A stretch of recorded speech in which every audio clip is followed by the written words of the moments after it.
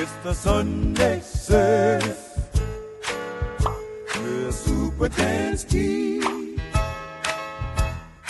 Disco be a warning. Dooby dooby doo, dooby doo. Hello, and welcome to the Sunday service with me, Tan. Let us pray. Let us pray for a bit of sanity for once, shall we? Wow, I know that my audio levels are working. That's for certain. Welcome. Wow. Well, what can I say? What another week of total normality we have had this week. Nonsense abound, as we are all used to now in this green and relatively unpleasant land. Welcome to everybody in the chat. Hello to Chris C, who is modding. We are the mods. Hello to Stephen Merriman, member. Hello to Yuri. Hello to Wintermute. Very interesting username that. I feel like I need to do something about my light. It was nice and bright initially, and now I can't. Oh no, that's my laptop screen. Tickle that little like button, chat. Hello to Alistair Kerr. We're going to have Diz floating about probably. May as well hit the like while Technan sorts herself out. Yeah, I'll tell you what. Before we get into things, this is. I mean, I don't understand. Hello Diz. I don't understand. This is some deranged lefty shit. Lol. Haven't even started yet, Sam. You wait. Your mind is going to be blown. Your mind's going to be blown. Unlike you, I can imagine that you don't very often get blown, do you, Sam? I imagine that getting blown is something you can only dream of, son. Innit? You slipped through the net initially there. Let Sam have his fun, I say. I'm doing a whole kind of, let Sam have his fun. Let poor Sam, who's not got noshed off ever, have a little bit of fun while he can. By thinking that he is going to get one over on the woman that literally takes the piss out of people for a living. Good luck, Sam. Good luck. You won't win, my friend. You will not win. Right. Oh, good night. Good night, dear Charlie. Sorry, I'm just going to try and get my lighting sorted out before we get into it. As you can tell, as ever, I've got a massively professional setup going on. Oh my god. Okay. Lucky you guys having to see this nightmare. I am actually going to be sorting out my streaming setup, so I at least kind of have the impression of being like slightly professional. Now that looks like I've got like... I do not want to draw that much attention to my own forehead. Trust me. Yeah, it's a bit dingy in here tonight. Bit dingy. What I was trying to tell you about before I was forced to roast Sam was I had to quickly make a tea because I was, as ever, massively late. And I had to put the fucking milk in first, didn't I? Had to put the milk in first. Now, I'm going to be changing up my studio a bit because I am currently in the kind of corner at the moment. In the corner, the place that baby should never be put is the corner.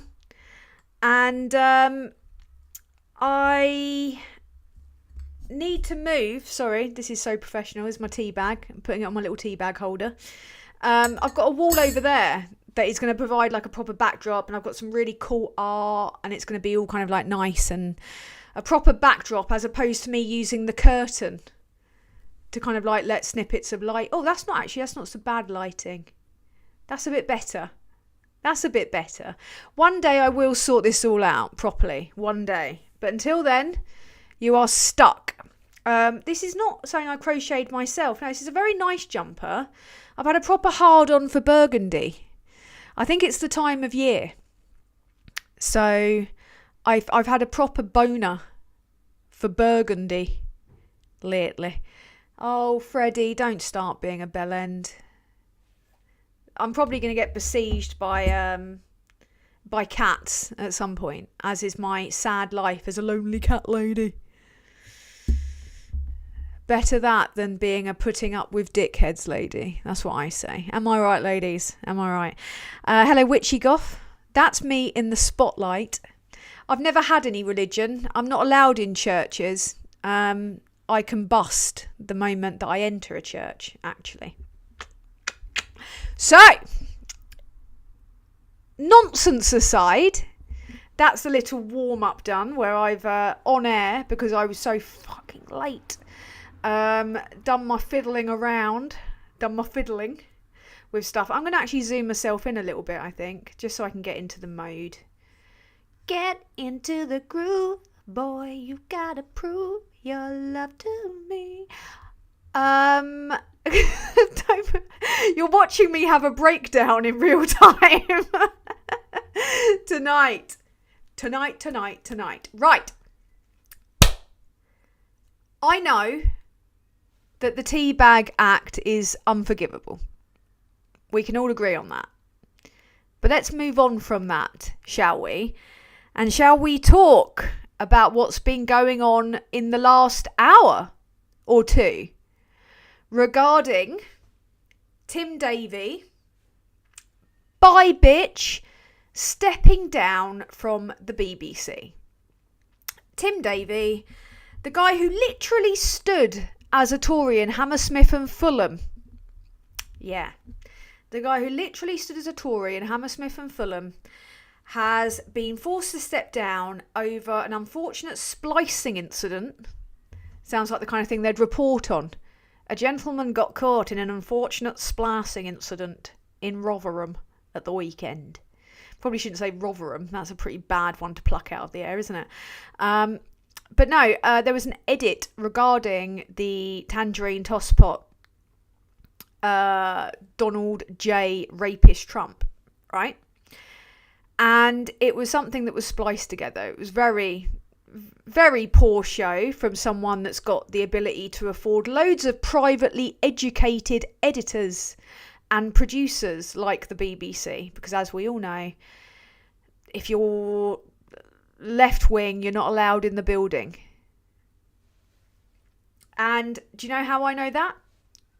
Because the other Tory at the head of the BBC, Robbie Gibb, who was, I shit you not, the former Downing Street communications chief, Robbie Gibb. He actually interfered in the BBC recruitment process. Yeah, in the recruitment process to block editors that might be seen as a bit left-wing. So that's Robbie Gibb. Tim Davie literally stood as a Tory. As we all know, Richard Sharp, the guy that was going to be appointed chair by Johnson, was forced to step down after he arranged an £800,000 loan for the guy that was giving him the job. And then they tried to make him the head of fucking Ofcom. And he was replaced by, yet again, as I'm telling you, fucking crawling with Tories at the BBC. He was replaced by Mr. Shah, who was previously a advisor for the Conservative government on their BAME policy. I believe it's Samir Shah. That's it. Samir Shah was the guy that replaced Richard Sharp at the Tory party conference that is the head of the BBC. And you try being someone that's not privately educated and not a Tory if you want to get any type of show commissioned. Good fucking luck. Because it's not going to happen. No, it's not going to happen. So they're essentially getting rid of there's another woman as well, who has been the CEO of the news. She has also been forced to step down. So you've essentially got over one edit of the orange Mussolini, right? When it was essentially not even something that he hadn't done. You know. They weren't misrepresenting Trump. They were just poorly splicing him.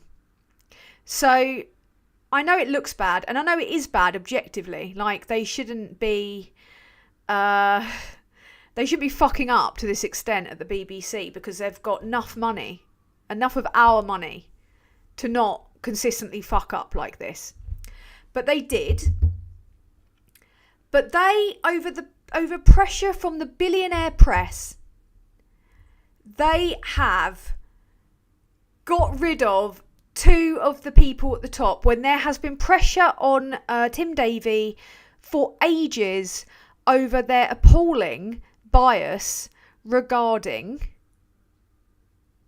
Gaza, Israel, Gaza, Israel's genocide in Gaza, to be exact.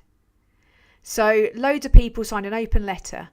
And another thing that they've actually noted is trans rights, which, I'm sorry, but when it comes to trans rights, right, how exactly has there been bias? Because all I've seen on that front is standard reporting. There hasn't been anything pro-trans.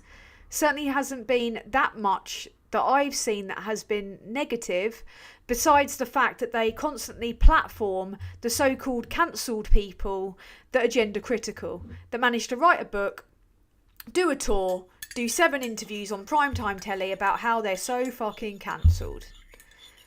Whereas you see very little representation of trans people on the BBC. But you've also got peak irony with the gammons who are going around claiming that the BBC is biased to the left, which, as I've just proven, is obvious bullshit. So you've got that going on. Oh, BBC's left wing, scream the gammons in crayon. Oh, BBC, oh, it's not representing them. Fuck off, right? First off, you're complaining that the BBC is biased towards the left, when most of you fucking morons wouldn't even be biased towards the right, or voting Reform, or voting Tory, if it wasn't for the right-wing bias of the BBC. They said nothing when, I think it was the Jubilee, and Johnson appeared, peak unpopularity, post-Partygate. Boris Johnson made an appearance with his wife, and he was booed by the crowd. Massively booed. And I found the tweet that I made at the time, where in the broadcasting later that evening, they had crowd sounds that were cheering, and they did not have any boos. So they had spliced footage of Johnson over other crowd footage to not make him look massively unpopular. And I remember tweeting at the time, what is this, North fucking Korea? Like, what's going on here? The very same BBC that platforms Reform so much they might as well be the fucking Spice Girls going back out on tour. On Question Time, an extraordinary amount of over-representation of Reform on Question Time. Laura Kunsberg noshing off Johnson every single Sunday on the media rounds. A lack of scrutiny, a lack of proper accountability for years by the BBC. And they're left-wing, are they? Now, what we've got to a point here with Trump doing the whole is he is now controlling our media too. He is now controlling the media in Britain. as well as the media in America, because free speech. If you just look at the stations that he said that he's going to sue and bring down, and what is it, the show where he managed to get a bunch of like comedians sacked for taking the piss out of him? He's lent on them. And I'm not surprised that they've folded, because in most respects this country is a vassal state for America. The reason that we're not seeing regulation that is desperately needed of our social media, we're not seeing press reform and regulation, but mostly social media, largely owned by US billionaires who are all kissing Trump's ring. Peace. And they are just propaganda channels for the hard right, the increasingly authoritarian right in the US. So now he is getting to meddle in our business. And because we are so beholden to the head case, our government's going to do nothing. They're going to bend over. They're going to lube their own cheeks, bite onto a wooden spoon, bend themselves over the barrel, thus bending us all over the barrel with them. Because that's how it works.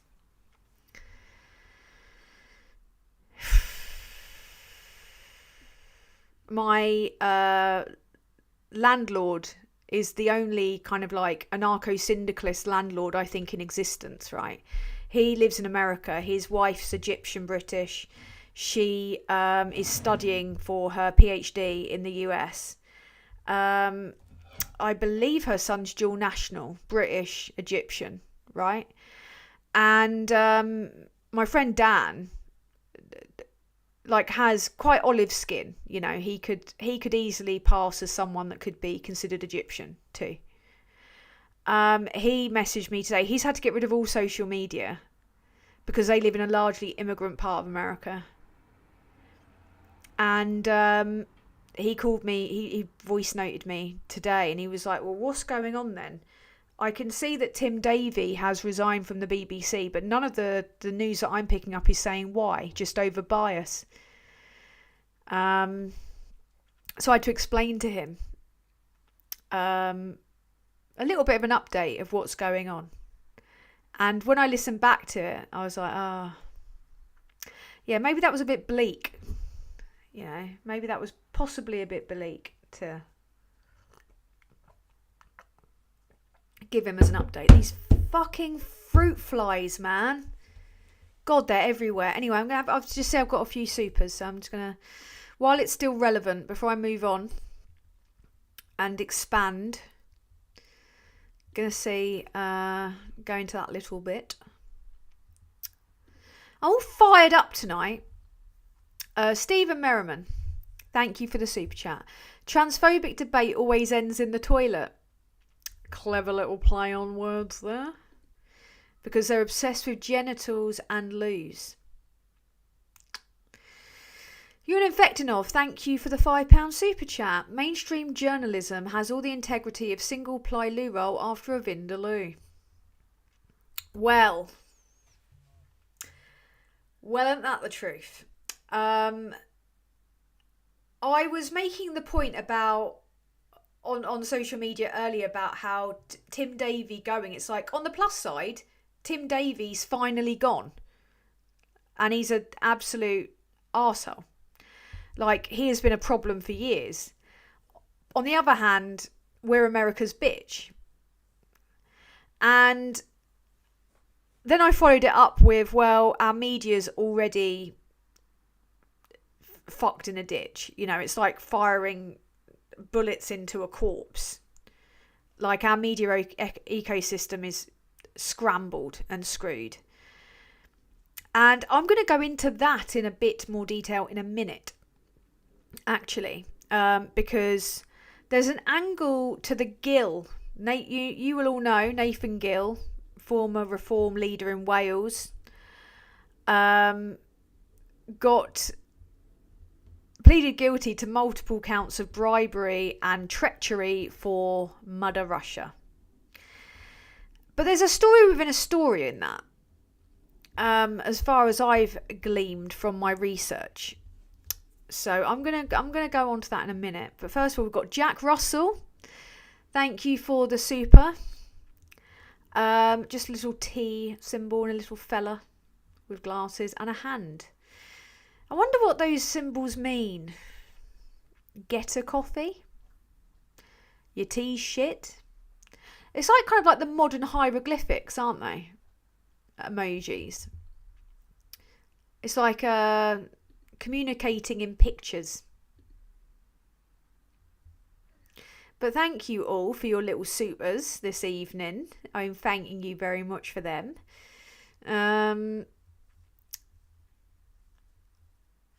And I'm just having a quick look at the chat here.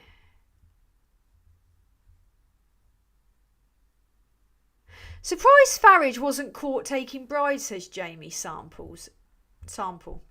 Interesting name. Well, he's made friends with a lot of fascists in when he was in the EU, when he was an MEP. He made friends with some very interesting fascists, like Morton Messerschmitt, who was charged with racism and is, funnily enough, a donor and supporter of Tommy Robinson. Definitely a supporter. I'll need to check my extensive notes to see if he was one of the donors. So, Farage's associations are probably very well hidden, but I would say that they exist. I would definitely say that they exist. Just going to turn off my Wi-Fi because I'm fighting for every little bit of Wi-Fi that I have at the moment. There's loads of mysteries over Nigel Farage. There's loads of things that are not being reported like they should be regarding Farage. Loads. And this is the problem that we have with the media in this country. It's lying by omission.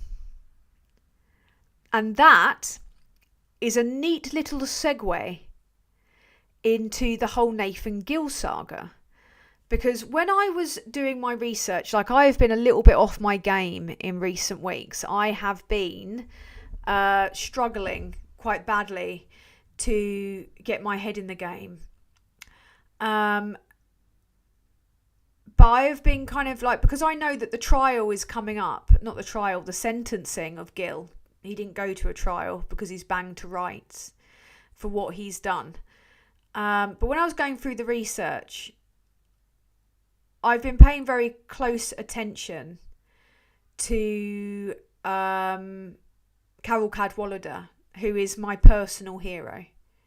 Yeah. And the woman with whom I had the most awkward handshake that I've ever had in my life. I wanted the ground to swallow me up whole, and I wanted to die in that hole.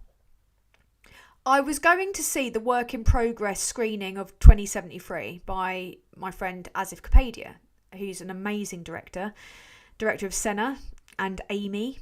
And he created the amazing film, if you haven't seen it yet, 2073, which is basically part documentary, part warning.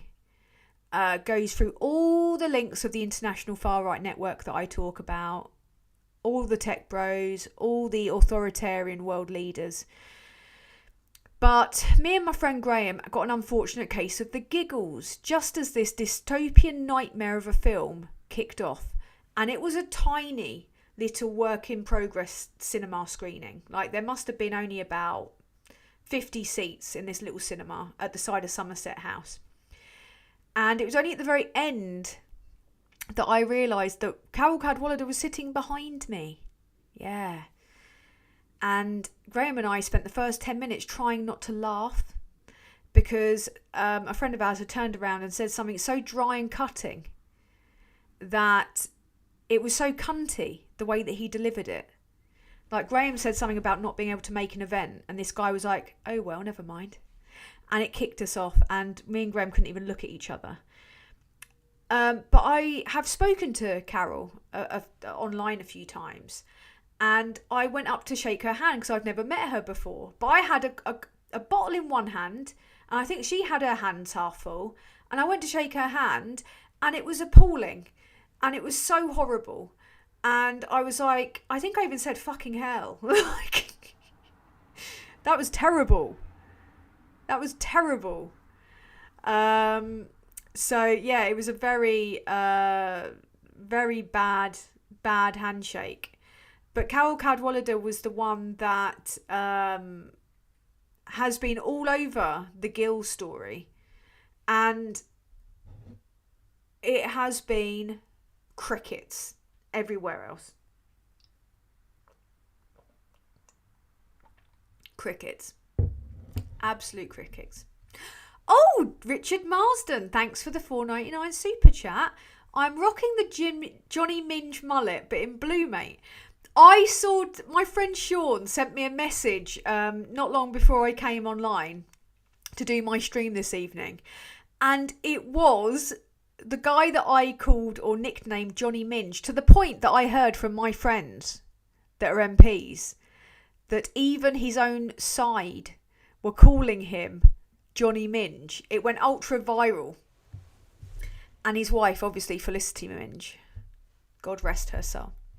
She's not dead. I'm just saying God help her. She's a Rottweiler of a woman.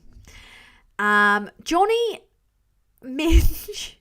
I forgot his name. Johnny Minge. Johnny Mercer has got a mullet. He came out doing what he does quite often, talking a bit of sense.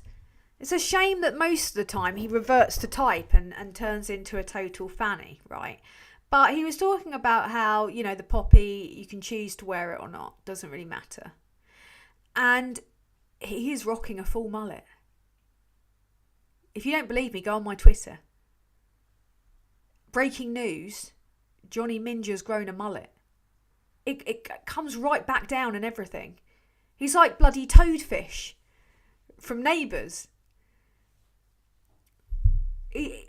And from the whole, like, you can decide if you want to wear a poppy or not. He's like, is he turning into a bloody hippie? What's going on? It's only been a couple of years since those clowns. They're not going to start looking moderate too, are they? Like bloody Heseltine and Major. Carter Nielsen. Morten Messerschmidt is a disgrace. He also speaks Putin's agenda and very far right. Yeah, he's the Danish National Party.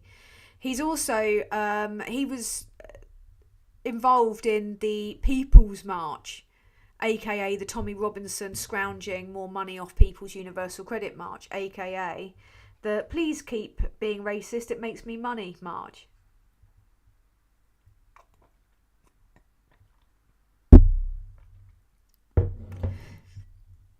Alexandra Hall, my connection stopped for a bit, so it sounded like you said I'm fighting for every bit of wife. Yeah. I mean, if men continue the way they are, I'll be stealing people's wives. Because holy shit. So, Stephen Merriman. These bastard fruit flies. That's not his message. It's just my struggle. It's my camp this evening. Stephen Merriman, thank you for the €5.99 super chat. There are two fascist think tanks, Danube Institute and Brussels MCC, both Farragut, Murray et al., assuming they mean Farage, used to spread anti-European propaganda. Yeah, there's also the Institute for Economic or Migration. I always fuck up the name of this thing. Institute for Migration Control or something like that. That's literally just a reform activist. Just one guy pushing out skewed stats and bullshit constantly. So, They're important ones to keep an eye on, though, I think, Stephen. I'm actually going to make a note because one of those I haven't thought of. Or seen, sorry. This is like research on the fly. And everything's too far away from me this evening. I need to bring it in. Danube Institute, Brussels MCC. Not like a Brussels MC. From Bruges, no less.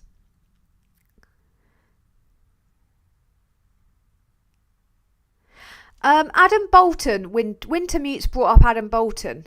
Yeah, you were watching him on Sky News earlier defending the BBC and cutting through all the BS, saying a lot of these accusations are a result of right-wing culture wars. They absolutely are, right?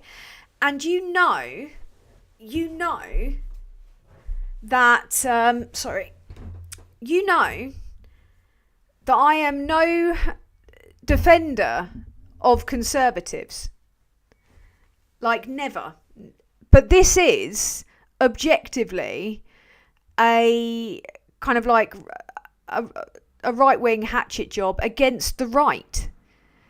Because the thing is, the idea that Tim Davie is a lefty is so unbelievably preposterous that only people with a room temperature IQ could ever make that accusation. Ever. That place is riddled with Tories. Riddled. To the extent that, you know, Johnson's riddled with knob rot. From resting his knob on the shoulder of any woman that he possibly can. So,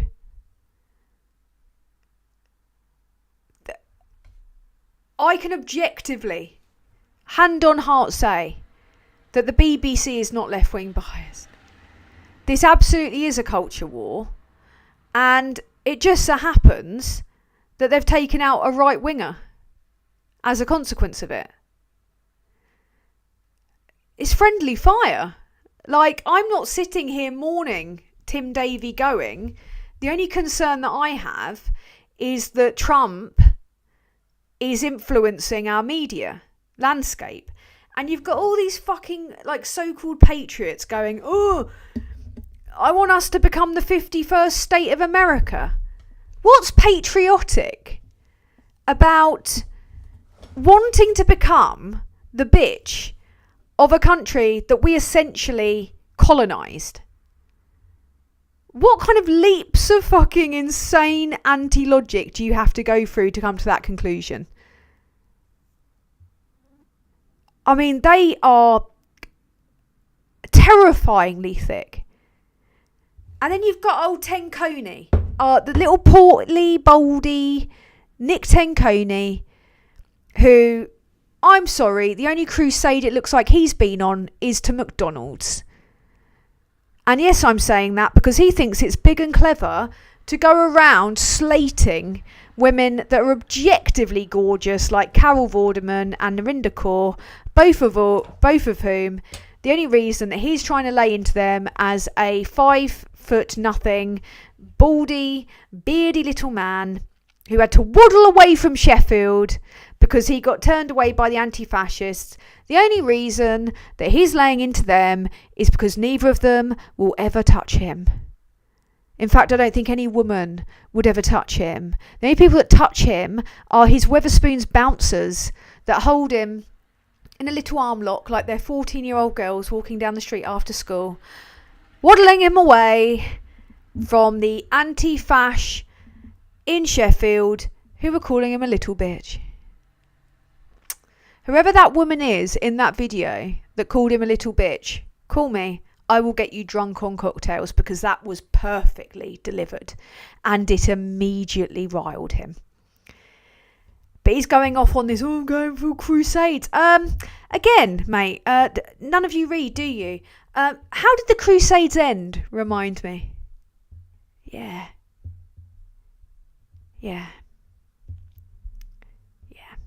I thought so.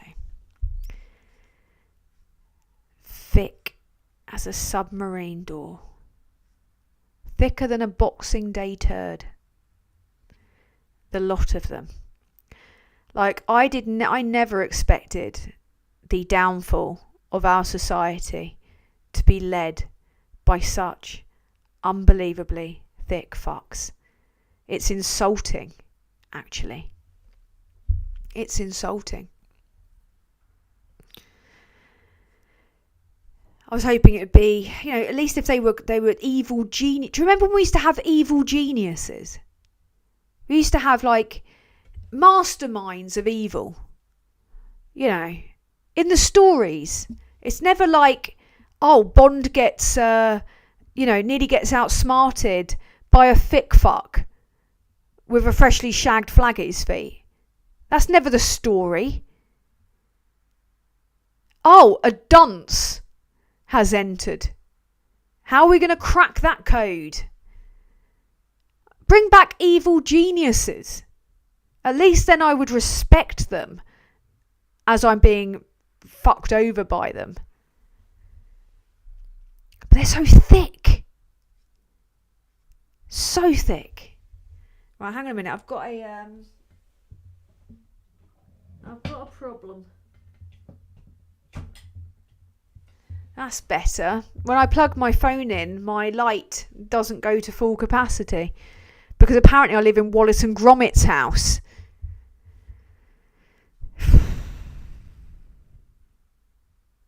Ivan Ambrose. Thank you for the super chat. I'm not good again. I keep comparing myself to the political figures I look up to. I want to do what they do. You can do it. You can do it.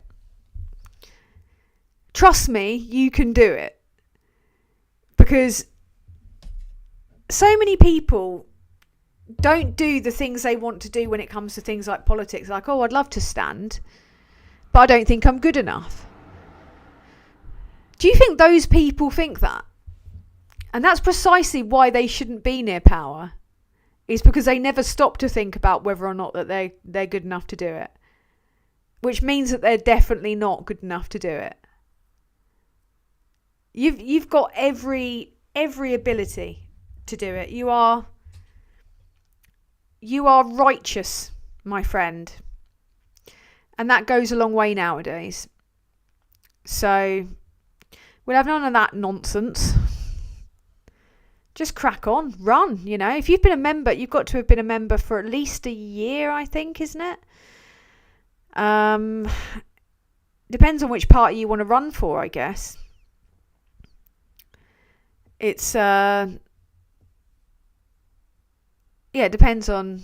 Well, no, I don't think it does depend. Don't think it does depend at all, actually. But no, thank you, Ivan. Give it a go, man. Give it a go. Give it a bash. That's what I say. Tommy Robinson for a fair and impartial BBC. People, things are so mental that people are talking about Tim Davie being replaced by Boris Johnson. It's just the mind boggles. Like, Labour can choose the chair. And the culture secretary are the people that choose the chair. But we really truly jumped the shark earlier on when someone suggested Nadine Dorries. Nadine Dorries. Ginderella. I don't think that she would have the time because she's too busy waiting outside Boris Johnson's house. It's not going to happen. No, not since the old restraining order.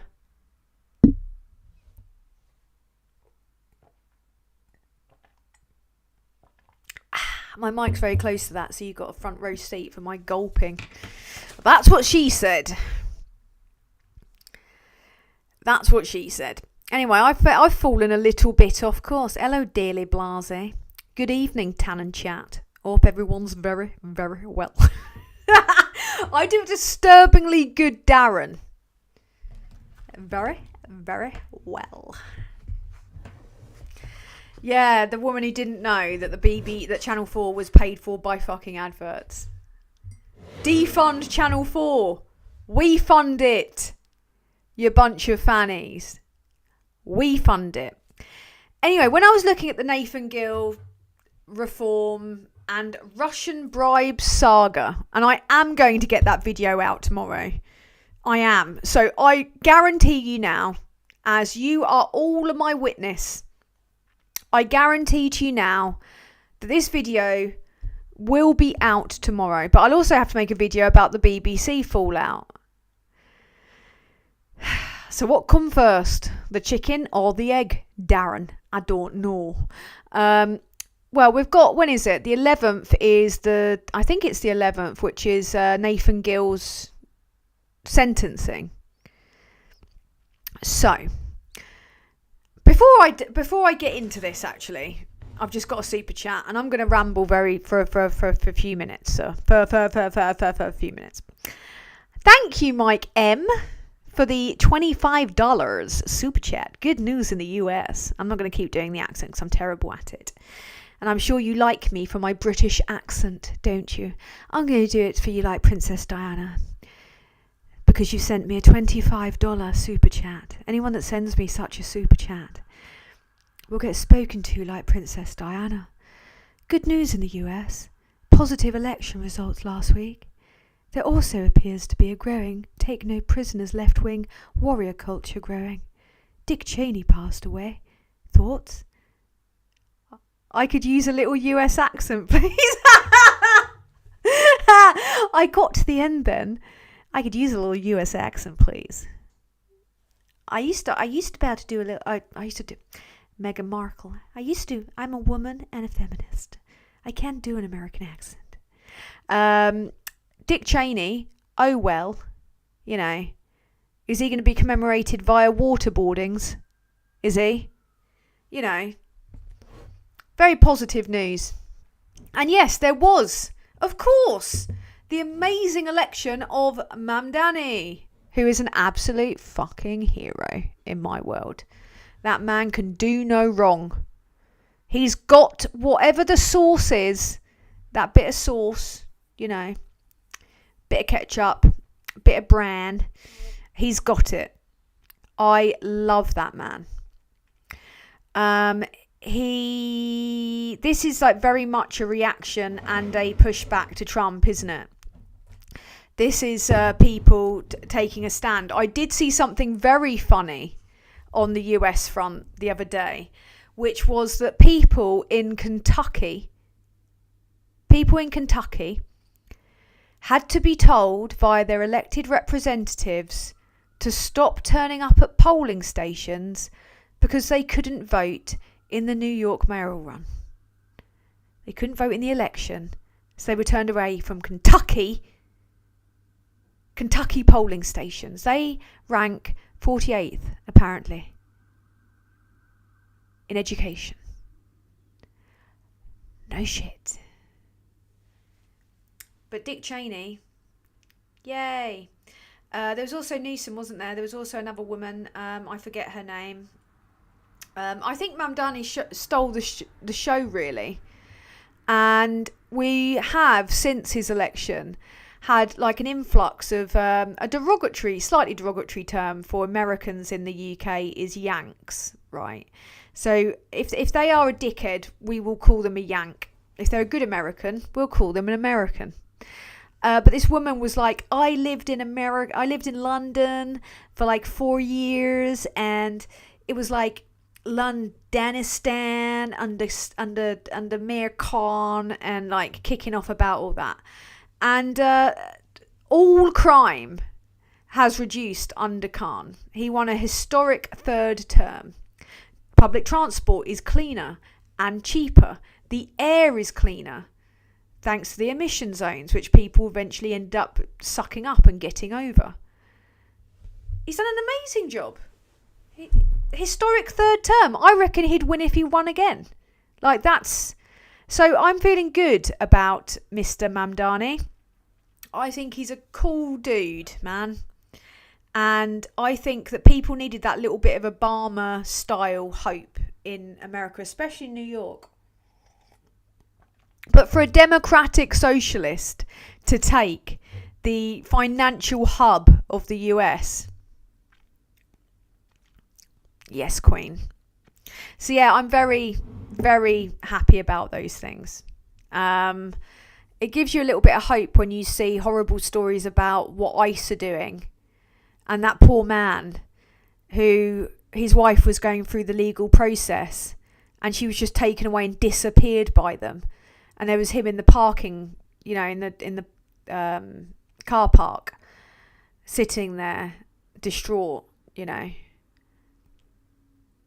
It was grim. So I think we all need a bit of hope. So, yeah. Yeah, my granddad used to call Americans he didn't like Yanks. But enjoy the Shakira law. That's all I'm saying. While you can, you know, for a limited time only, your hips won't be allowed to lie. So I think you should make the most of it. You're going to have honest hips. So that can only be a good thing. Can only be a good thing. Literally the only thing I can think of in terms of Shakira. Was never a fan. But not because of racism. No. Not because of racism. Navarra media. Very limited time for Navarra. Most of the people at Navarra media. Besides Sam Bright, who I've got a soft spot for as a journalist. Shawarma law. Says Ewan Infectinov, yeah. But anyway, back to Nathan Gill reform and the Russian bribes. Now, I was researching it, full of seasonal affective disorder, sitting there thinking, dear God, where has my non-existent motivation gone? What's going on here? Like reading through the facts of the matter. You all know, I will outline the facts of the matter in the intro to my video tomorrow regarding Farage, what he knew of Nathan Gill, a lot. Whether like it's commonplace for fascists to join forces in the EU, very much so, yes. But the thing that really got to me about this, and this is a bit of a kind of like insight into the notes really for my video tomorrow. So on the live stream, you get a little insight into the bullshit that I'm going to be talking in my video. But one of the things that really stood out for me, because I've been reading The Nerve, which I highly recommend that you all go to. If anyone could pop a link in the chat to The Nerve, which is Carol Cadwallader's latest outfit. If any of you could go along and follow those lads, like, they're doing great. They are busting this wide open. And I know that anything that Carol Cadwallader's behind is going to be 100% honest. It's going to be journalism with integrity. But it took them fucking years to get Nathan Gill. You know how long ago we left the EU? And how long ago he was an MEP? It was years ago. These are charges that date back many years. And the thing that kind of stood out for me is, I mean, I'm a bit of an abolitionist, really. I very much think that we should tear down the institutions and rebuild them. So I am not someone that gives, to put it mildly, gives any truck to the police force. It is institutionally rotten. And that whole, it's just a couple of bad apples thing doesn't fly, because a bad apple destroys the barrel, But the UK police force is historically reticent historically, when it comes to cases that could have political or diplomatic significance, right? So that is in itself corruption. That is institutional corruption, right? Because failing to act or turning a blind eye to criminality when it comes to public servants or those with immense power is tacit cover-up. That's tacitly covering up for those people. That is turning a blind eye to criminality when it comes to those that should be subjected to the most scrutiny of all. They should be held to even higher standards and have even higher sentences or scrutiny, or they should face more scrutiny and they should face more jail time than regular people, because they've got millions of people's lives in their hands. So in a democracy, right, just like the media, the police are supposed to apply the law without fear or favour. No fear, no favour. So's the press. And how's that going? So they're supposed to apply the...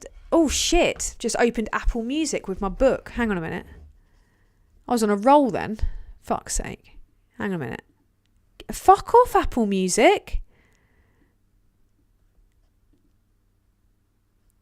What a dick. I was trying to I need a holder for my book so I can refer to my notes, right? So, as we know, there's supposed to be no fear, no favour. And that doesn't happen. So it's not a case of, apply the law until someone rich or important or in government might get a bit embarrassed. That's just not how it works. And if they avoid charging political figures because it could destabilise the government, then that's on the government for destabilising their own fucking government.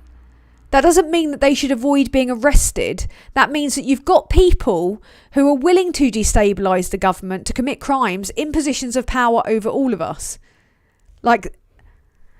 So by failing to charge politicians, they're explicitly deciding that stability of power matters more than integrity of democracy. That's fucked. That is intrinsically fucked, because it maintains the view that some people are above the law and above accountability, which doesn't just train the public to think in that kind of lord and serf manner. No, it also attracts the morally bankrupt to those positions of power, because the reason why people like Farage, Lee Anderson, Tice, Rupert Lowe want to get into positions of ultimate power is because they know that they are fucking untouchable once they do. They know that being a politician can mean that they can get away with all the corruption they could get arrested for if they did it in their jobs as a city lad. So that is the only place where you can have unchecked power without the risk of the police intervening. And that to me is one of the most fundamentally fucked up things that I can see as being an issue in this country in terms of us not having a democracy. That's before you even get on to the importance of a free press and investigative journalism when it comes to holding the powerful to account. Because what Carol Cadwallader did is she has blown open something that the vast majority of the media class has refused to cover. They have refused to cover this. And why is it not just the police and the government, disturbingly? The Tories took, I think it was the best part, £60,000 from Lubov Schnurking. This is off the top of my head.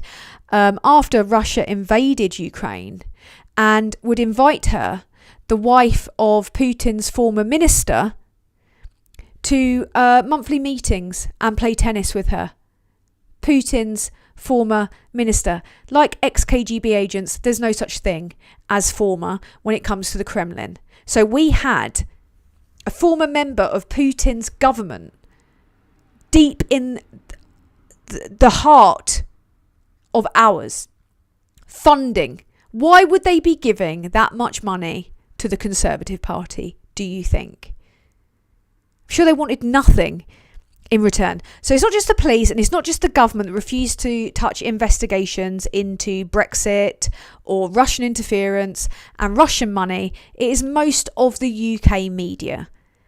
Because press ownership and political allegiance or bias shapes what gets covered in this country. So, or what doesn't get covered in this country. So, you've got Reform UK and Farage getting a disproportionate amount of positive coverage, favourable coverage, no real scrutiny across the vast majority of the press and the entire media landscape, actually. However, their shortcomings, their fuck-ups, or even their treachery in the case of Nathan Gill, crickets. Now, that's regardless of whether that crime is, I don't know, kicking the shit out of a woman like James McMurdoch, the Reform MP. They had information on that. There was nothing put out about that beforehand. Or betraying your country like Gill. So it is lying by omission. And if the media companies that shape public opinion or the national conversation are aligned with those being investigated, then they completely shield them from scrutiny. When they're supposed to inform without fear or favour. Now, the only outlets that I see actually operating without fear or favour at the moment are The Nerve, Carol Cadwallader's Substack and Byline. Like, they're the people that I can see that are doing it without fear or favour. The rest of them are essentially just a PR arm for the Conservative Party. And rather than an information source, it's just a poisoned well. And that's another reason why what people are saying about the BBC or the media in this country being left-wing is so fucking laughable. Because if the media in this country was left-wing, we would have had a left-wing government years ago. Doesn't fucking add up. We wouldn't have this massive influx of the far right or the hyper-normalisation of the far right. It doesn't add up.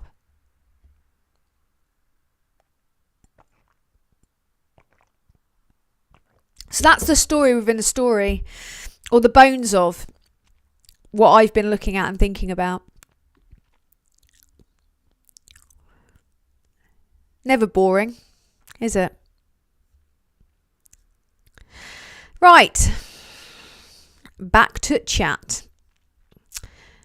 Ivan Ambrose, thank you for the super chat. Mandami's one of those politicians. He's great and he will give Trump a tough time, which is fantastic. However, on a personal level, he makes me feel worthless. I need so many reasonable adjustments to stand for election. Well, we live in an age where reasonable adjustments are reasonable. And I know not everyone sees it like that because, and thank you for the super chat. I know that there's still an enormous amount of stigma when it comes to disability, not being made better by the whole bunch of DEI fucking wankers that are trying to basically, I mean, just call it what it is. It's ableism. But there's no, comparing yourself to other people is how you become defeated before you've begun. Trust me. Because there's been so many times where I've got into that comparison trap and it doesn't do you any good. You'll just end up just thinking, you're the only you. As I'm the only me and you're the only you, to quote Crass, big A, little a. I actually advise you, Ivan, I don't know how much of a fan you are of punk. Real punk. Like Crass. But put on your list to listen to Big A, Little A if you haven't already. Because it all starts off like excessively political. But then you get to the end bit and there's a lot of very nice affirming advice in that song that makes you feel good for being yourself. So, but any decent party that you might want to run for should make those reasonable adjustments for you. It's the only right thing to do.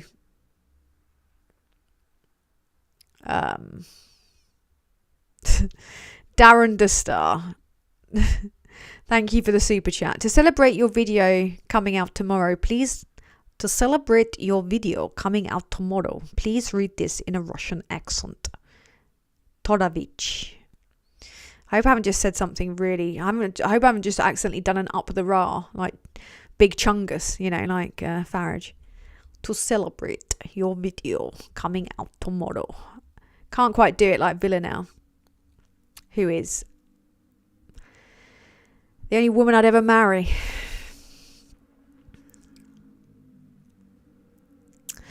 And yeah, Ivan, like, just to give you a little bit of a heads up in terms of, and I know other people's stories aren't always, don't always have the effect of boosting you. When I started making videos, on TikTok in 2020, the position that I was in was I just entered a pandemic having broken up with my ex-partner of 10 years. 10 years. I would find out that year that he had started fucking an acquaintance of ours within a month. Yeah, of us breaking up after 10 years. And not only that, but then the apocalypse hit. And my housemate moved out. So I had to basically learn a new job at home on my own, heartbroken, betrayed, and with no housemate during lockdown, whilst undergoing trauma therapy. And then my close friend who I was going to go into business with hung himself at the age of 32. And it was in the depths of winter. And I was desperate to not be irrelevant. I wanted to be seen. I didn't want to disappear. I was desperately lonely. I was stressed. I was grieving. I was horrifically anxious. Going through PTSD flashbacks after every session that I had with my therapist, alone. And just kept going, just kept doing it. So there's absolutely no reason why someone with your passion and your intellect couldn't also do it.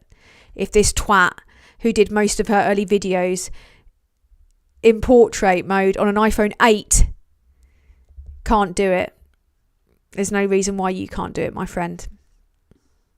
You've just got to do it. You've just got to do it. Richard Marsden, thank you for the super dance off between Mandani and Polanski. You see, I don't see them as being similar. I don't see them two as being similar. I'm not a fan of Polanski as a human being. I think what he's doing well, but he does not strike me as sincere, whereas Mandani does. People might agree. A lot of people definitely disagree. In fact, I've been in the unfortunate position of having actual friends lay into me and for not getting on the Polanski fad daddy train. You can appreciate what someone's doing while still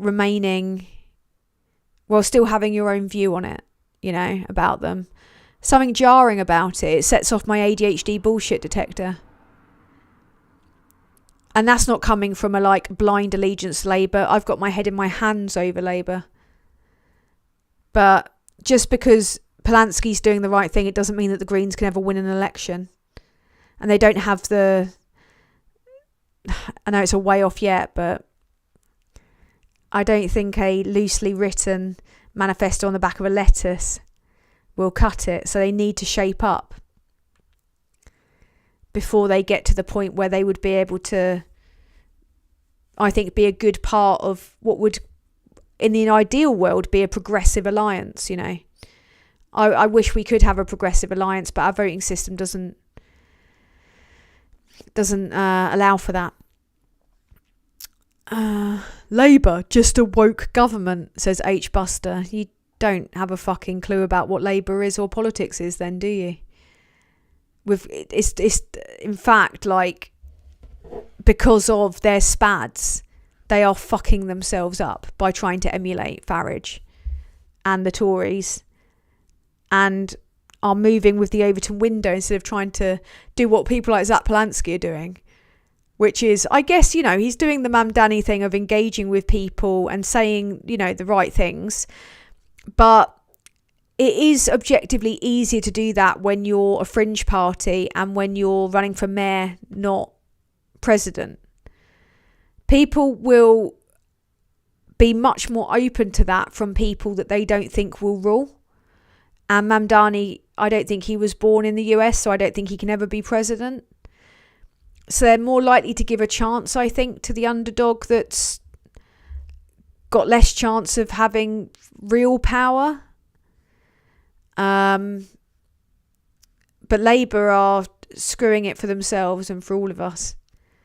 And their inaction when it comes to media regulation and social media legislation and disinformation legislation is unforgivable.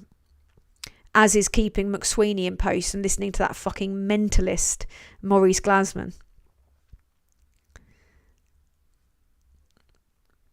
Expecting I'm probably going to get roasted by my own followers in the comments for what I said about Polanski, but I will always be honest with you. You might not like it, but I'm not going to sit here and on my very own channel censor myself on my views on a person or on the political reality that we find ourselves in. I'm not going to sit here and go, oh yeah, the Greens can definitely win an election because we have this lovely fair thing called PR. We don't.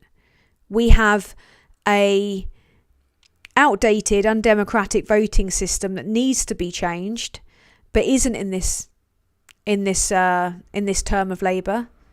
Certainly not whilst Starmer's in post. So I'm not going to lie to people and go, oh yeah, if you vote Green, they'll definitely win an election. They won't. What you'll do is you'll split the vote and Reform will win. But people don't want to vote tactically, and I get it. Like, I don't know if I could ever promote tactical voting. I need to have a real think about whether or not I could ever push tactical voting because people are sick of it. And I get why people are sick of it. Because people just want to be able to vote for who the fuck they want and for them to have a shot. And Labour aren't working in the interests of the progressive left at all. They're doing some good things. But most of that's going to get pushed to the sidelines because sensationalists dominate the media landscape and the right, which they're refusing to regulate. So it all comes back to press regs. All comes back to press regs. All comes back to legislation. Jasmo66, thank you for the super. Anyone in a position of authority should be held to a higher standard than everyone else. Hard agree. Definitely agree. They should have higher possible sentences. Would they be corrupt? Would you have seen what happened under Johnson? Would you see what happened under under Johnson, under the former Tory government? If they would be getting sentenced to life for misconduct in a public office.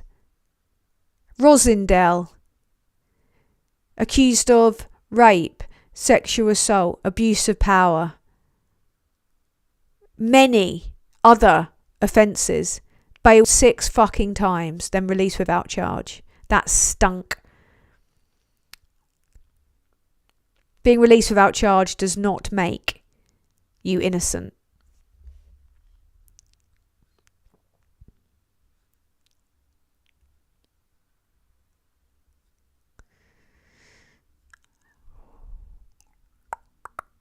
Yes, Phonebox Chicken. Excellent username. Polanski seems to me as a bit of a Tony Blair.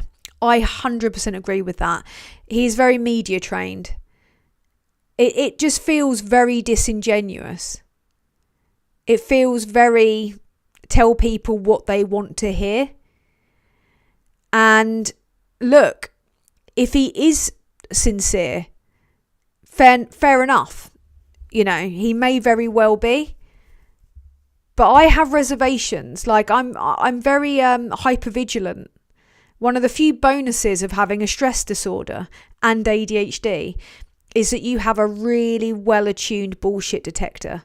Like, if you're lying to me or if you're insincere, I will figure it out very quickly. This is why I'm so obsessed with telling the truth and everything being factually accurate, because I hate deception. Hate it. But me and a few other friends agree with me on this. Other people that I know in politics, they can decide how or if they talk about this. Agree with me on this. But we all also agree that he's doing precisely what Labour should be doing. What he's doing is very easy to do. You just simply talk like a human being. You answer questions directly. You get a grip on social media and use it in a sincere way, not in a focus grouped way. This is all really simple shit. Most of it's free.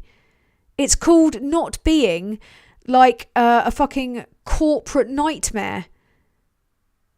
So simple. Impossible, apparently, though. And yes, absolutely, Plansky could swing the Overton window a little left, and that's what we're hoping for. Absolutely what we're hoping for. So, we can only hope. Fernando, can you hear the drums, Fernando? Thank you, my friend, for the sec.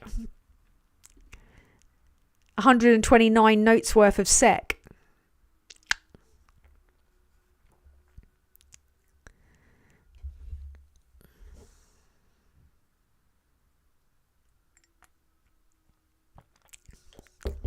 That tea was a bit bitty. Stephen Merriman, my friend Andy was a bassist in Crass. He's amazed people still listen to them. Still relevant. Great to see people know them. I love Crass. Actually, the bit of artwork that I've got over there that's facing me at the moment is a massive, I think it's like, what's that massive one? A1? Like what, or A2, one of them, like the really big. I would say that's probably about 8 A4s or 6 A4s. It's one of my favourite artists, which is Guy Voucher, who did all the amazing collage art for Crass. I've got one of her prints, and it's one of my prized prints. And it's not like a fancy print or anything. I think it was like the insert of a record, because it came all like creased in sixes, you know, in a six fold. So but it's a very disturbing collage of what was 80s Britain, and it's got like a little quip at the bottom, which is an institution is the lengthened shadow of one person, which is her taking the piss out of that phrase and using it satirically. Because the scene is a lady bending over with like all mad shit coming out of her bum, and like muscle men and like Thatcher and like the post-industrial landscape. It's a really brilliant black and white piece of art. Ewan Infectinov, hello love. McSweeney and Glassman remind me of Beavis and Butthead. McSweeney and Glassman, yeah, they both sit there going what we're going to do is make Labour really fucking unelectable. You're a butt. No, you're a butt. No, you're a butt. Right. I'm tired. I am bloody tired. I'm getting to the yawny portion. Going to take this up to probably, I'm going to try and go for an hour and a half. It depends on whether or not any of you have got any good questions. It depends. So far away. I haven't got any like wank music like my friend Aid Thompson, who does my intro, but Loved it when Polanski called Zia Youssef a fascist to his face on BBC Question Time. I mean, again, this is something that they should be doing anyway. Like, Labour should have been doing this. Like, why is no one thought what we should do is just call the people what they are? I mean, it's because they're just trying desperately to rouge their cheeks for a media class that's never, ever going to be on their side. Ever. Ever.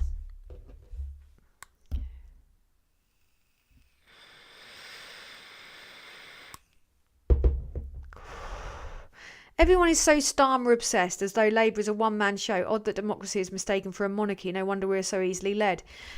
Starmer is, funnily enough, the man in charge.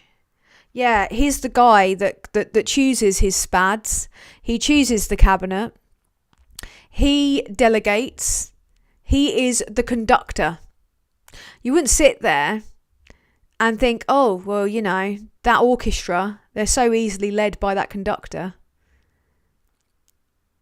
He's the person that the ultimate responsibility relies upon, and he often looks like he has the exasperated expression and startled expression of a teenage boy that's just been caught wanking over a jazz mag in a bush. Back when you used to be able to find jazz mags in bushes. They were the good days, the 90s, you know. He's got that look on his face all the time. Like he's just been caught having a tug. He looks rattled. And he is not just, you know, that could be put aside if he was doing a good job. You'd be like, bit boring, but at least he's competent. You know, there's no affection there, but at least he's competent. But no, he's not even doing the job well. Like, sack your fucking spads after you were involved in a bloodbath of a local election. Sack your spads. Get rid of your advisors. It's like Myra Hindley's doing his media training. To quote the thick of it. It's unbelievable.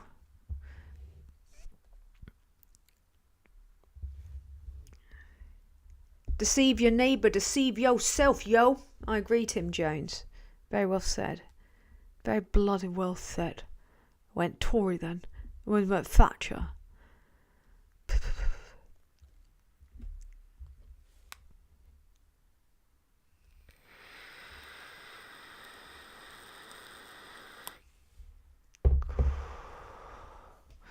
You live in Zara Sultana's constituency, says Phonebox Chicken. God, that's a tough shout, isn't it? Although I did like her quip back at Lawrence Fox today. She went quite hard on him, actually, because he's been basically trying to call for her to be deported. And I don't know if I can find the thing that she said. I think it's on Facebook. 1 second. Yeah, Lawrence Fox has been trying to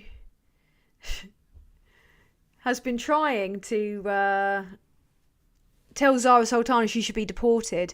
And why has Lawrence Fox been doing that? Because I doubt his mummy and daddy will kick him, you know, cut him off from the Saltburn Fund. But because he makes loads and loads and loads and loads of money from being a racist on Twitter. Because he's boosted exponentially. So when Zara Sultana said unapologetically socialist, unapologetically Muslim, unapologetically immigrant, Lawrence Fox replied, "Cry harder, darling." And then Zara Sultana replied, "No wonder Billy Piper dumped your ass, lol." Although Alexandra Hayden was the person who really came through with Billy Piper's... I wonder how many times Billy Piper's Googled, how can you unfuck somebody? If only. God, there'd be a few people on that list for me. Tell you that for now. There'll be a few people on that list for me. We've all made a few mistakes. And bad mistakes. I've had a few. What does crass mean again?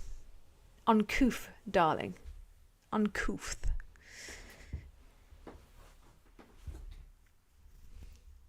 It's also a brilliant band. I've not seen many questions.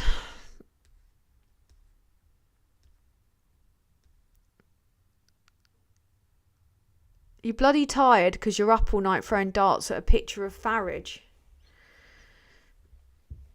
Yeah, the picture that I have on the dartboard of Farage is like, it's like a diabetic. Like a diabetic fucking dartboard. It's so readily pricked. Thank you for putting a link to the Nerve in the chat. They're a great org. Yes, I did hear about Reform telling a parish council they need to remove the flags before they can put up the Christmas lights. I'm going to do a little I'm going to do a little rundown roast this week. That's what I meant to note down. My rundown roast of the latest Reform fuck up. So, and there's another one on that list for me, which is, you know, there was the whole "you have no authority here, Jackie Weaver" shit with the Zoom call that was recorded and made public. Well, one of the councillors that stepped down is claiming defamation and bullying over the fact that he wrote an erotic novel.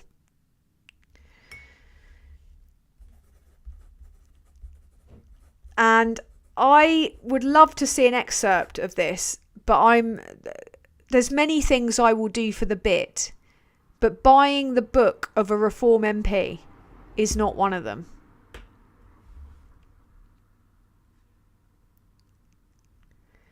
Tan, what is your opinion on the Twitter spat between Liz Webster and Sargon of Akkad? I don't know who the fuck that is. I mean, I don't spend as much time on Twitter nowadays because it's a fucking Nazi rally. So I don't know. And also that sounds like I feel like there's not enough hours in the day as it is without that kind of pointless bollocks. But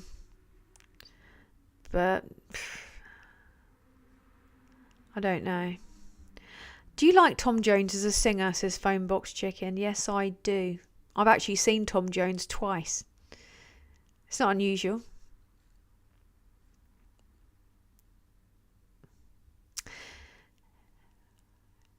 I can't pronounce your name. Joao Marius? Zhao? Question. What is your opinion of the correlation between low self-esteem and ill-resolved sexual questions and the eligibility as a Reform MP? I'd say it's a very stark correlation. Correlation isn't always causation, though. It's important to note that.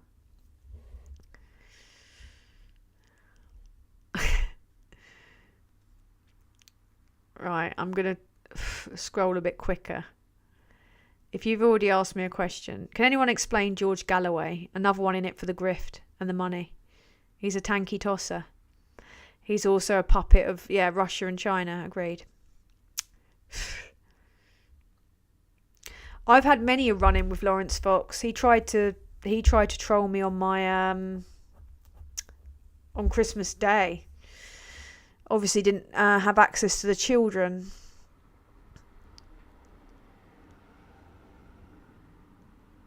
I don't even know who these people... I know who Liz Webster is. But I don't know who the other person is. I've got watery eyes.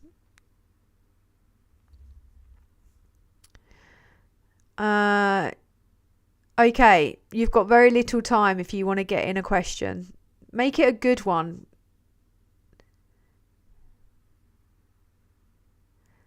What's your opinion that anti-Semitic AI photo Zach Polanski that Reform uploaded on their official account for Halloween? Yeah, that was shockingly bad. Yeah, that was just like Nazi propaganda. Yeah, that was appalling. So are all of the horrible attacks on his appearance, and there's just no need for it. It's just lowest common denominator shit, isn't it? I mean, I only stoop to that point with lads that need bringing down a peg or two, like Tenconi or Robinson, that lay into women's looks. You know, any MP that does it, they're fair game to me. But that's not his style. I think it's it was like something from the 30s. It was shocking. Yeah, it was appalling. Absolutely appalling. My nan enjoys trolling Farage on X. Should she troll little Tommy as well? Absolutely, yeah. Yeah, she should. Also, Elon Musk. Yeah. Do you regret voting Labour? No. And if I had to, I'd do it again. I regret how they've handled power. But they are implementing some good policy. One today that I heard of on the radio about social landlords having to respond to a mould complaint within 10 days and having to action it within 5 after that. And that's a game changer, because I used to work in social housing, and the amount of times that they would carry that shit on for years and people would be in really unsafe housing. They are doing a bunch of things that will benefit the very people that are calling them traitors. It is quite quite enraging. Don't know where enrolling came from. It's enrolling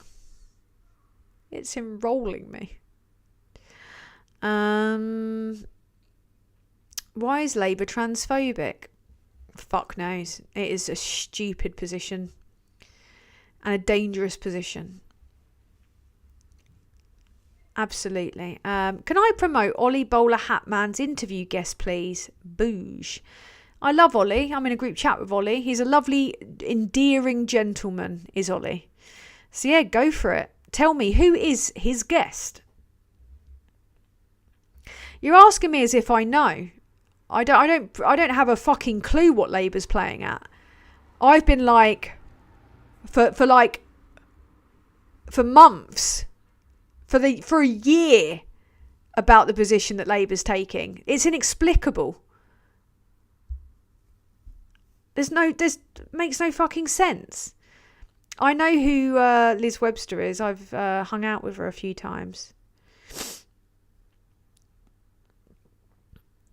I think a lot of the people that are mean to trans people are just sexually confused by how fine a lot of trans women are.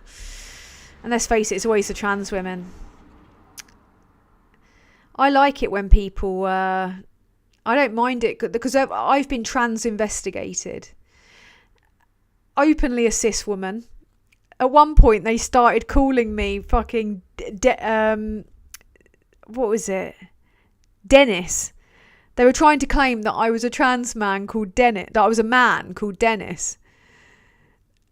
And then I photoshopped myself onto Dirty Den's head and was like, this, my sweet, is my birth certificate that proves that I was born a woman. And I was just laughing out loud reading them. Every time I criticise Glinner, I get a bunch of his fucking misogynistic scumbag wannabe turfs calling me a trans woman. And I'm like, that's a compliment. The vast majority of trans women that I see are sexy. Like, good. So you're calling me sexy. I bet their computers are riddled with trans porn. Yeah, I'm coming away from X, like backing away from the Nazi rally, you know. It's not good. It's not good.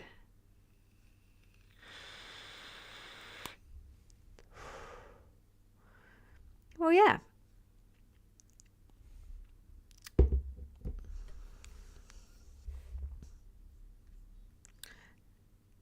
You got to stop.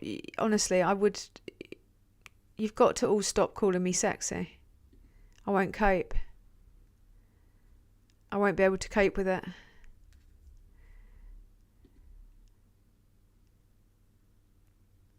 Thank you for calling me sexy. I'm very grateful for that. Thank you. As Princess Diana would say. That's not something that I was expecting. Much like that car that hit me in the tunnel.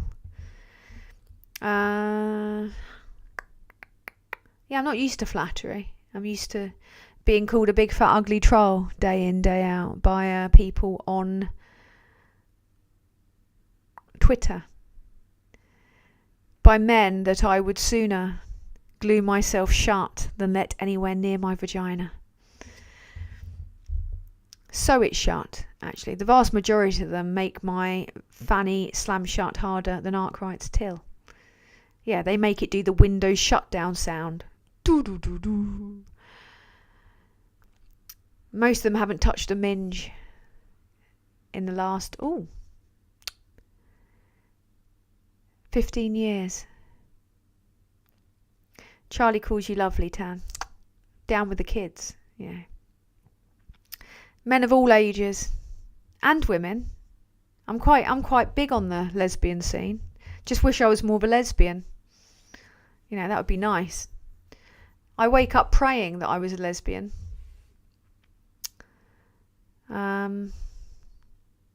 Never, yeah. I'm not made that way. You guys, stop it. Oh, very good late interlude here from Aid White. The collective noun would be a gusset of cunts. Very good. Very good. Very, very good. A gusset. Yes. Gusset's such a horrible word, isn't it? A disturbing amount of people wanted to bang me as a reform candidate. Now, I didn't know that I had so many sadists following me. Or people that are, how do you say it, sick in the head. But, you know what I mean? What black dress? Don't think I wear black dress.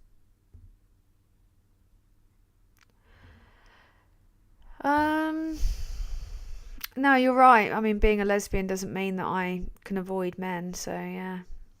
Anyway, this has taken a weird turn. A turn that I don't normally take on my live streams. I've fallen into the weird aspect. Alright, one final one. Shag, marry, kill. Farage, Tommy Robinson, Elon Musk. All the last one. All the last one. Zhao. I don't know if I'm pronouncing that correctly. I like them ginger, crazy, smart and independent. I was just talking earlier on about how I was... I found myself increasingly attracted to ginger men. Or Auburn men.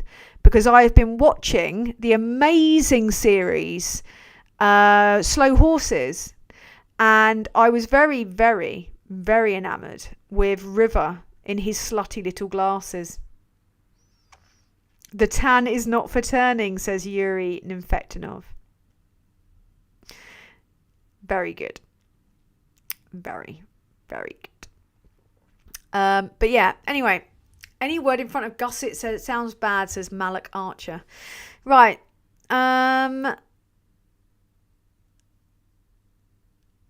Ginger, smart and independent sounds like my cat, says Jim House. Oh my goodness. Now, I'm very much of the belief that much like gender can be, that, or gender is really, I'm of the belief that sexuality is a like a kind of social construct. I don't think that everyone is 100% straight. And I think if they say they are lying to themselves. Because I see, like, I wouldn't describe myself as bisexual, but I'm certainly not 100% straight. Like, definitely not. But I don't really label it. I'm just like, well, it's fluid, you know. But I think most people are fluid when it comes to their sexuality. I think that everyone has got an exception.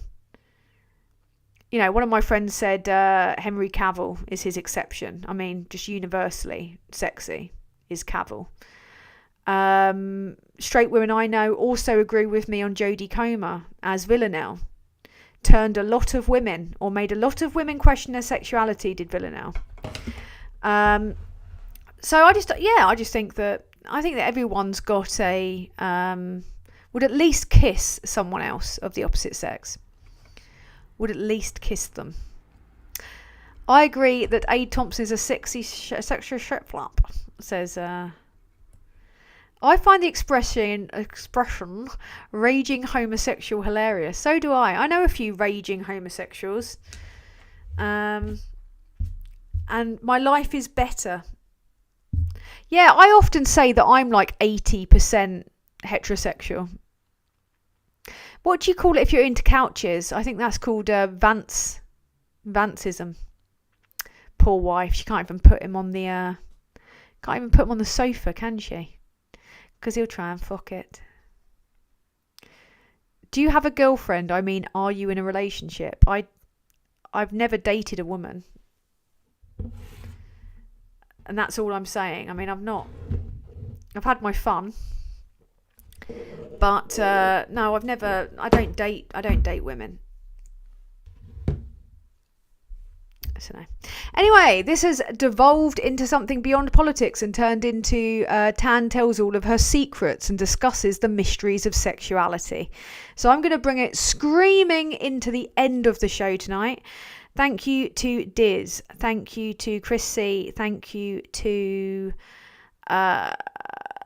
did we have Alice Kern in the house tonight? If we have, he's been a bit quiet. I'm certain we have.